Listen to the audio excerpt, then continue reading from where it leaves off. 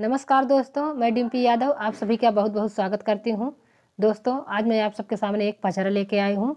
अगर मेरा पचरा दोस्तों आप सबको पसंद आए तो मेरे चैनल को लाइक, सब्सक्राइब और शेयर कीजिए। चलिए दोस्तों शुरू करते हैं।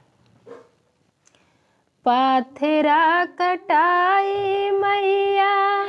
सीढ़िया बनवले हो कि सीढ़िया सीढ़िया ना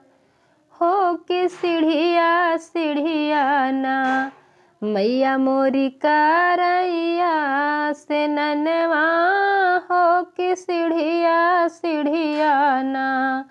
मैया मोरी करैया से ननवा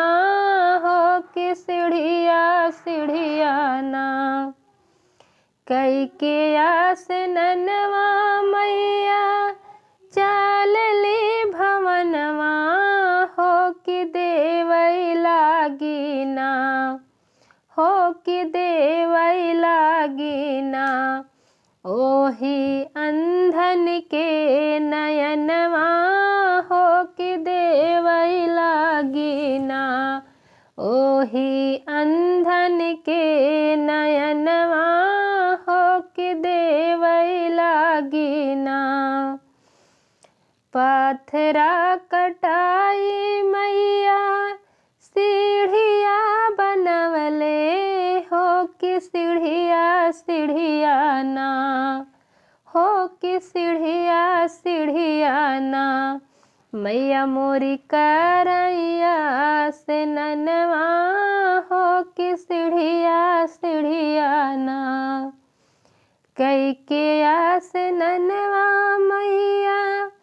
चलली भवनवा हो कि देवई लागी ना हो कि देवई लागी ना ओही लंगड़न के पैरवा हो कि देवई लागी ना ओही लंगड़न के पैरवा हो कि देवई लागी ना पाथरा कटाई मैया सीढ़िया बनवले हो कि सीढ़िया सीढ़िया ना हो कि सीढ़िया सीढ़िया ना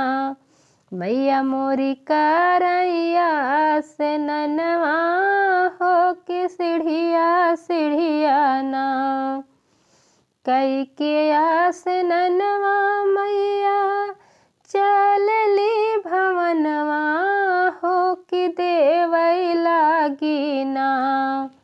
हो कि देवई लागी ना ओही बाझिन के बलकवा हो कि देवई लागी ना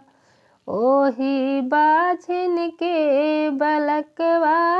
हो कि देवई लागी ना हो कि देवई लागी ना हो कि देवई लागी ना ओही बाझिन के बलकवा हो कि देवई लागी ना